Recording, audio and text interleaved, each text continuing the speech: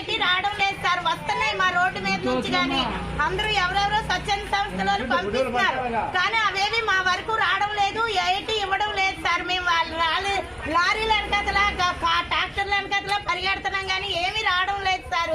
ఎంతమంది ఇచ్చినా సరే మేము వరద బాధితులాగా లేము సార్. వేరే వాళ్ళు వచ్చి మొత్తము తీసుకొని వెళ్ళిపోయి ఆటోల్లో వేసుకొని ఆ సరుకుని మాది లాస్ట్ డిస్లాండ్ దగ్గర ఉంది సార్.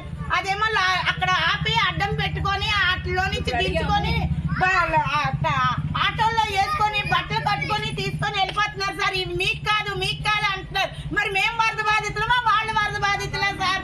చెప్పండి సార్, మరి చెప్పండి సార్. మేము వరద బాధితులు.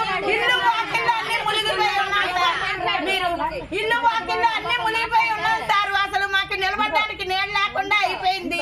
మీరేదో 13 రోజులు ఇంత ఫుడ్ పెట్టి బ్రతకగలిగాం సార్. ఆ ఫుడ్ కూడా లేకపోతే బతకలే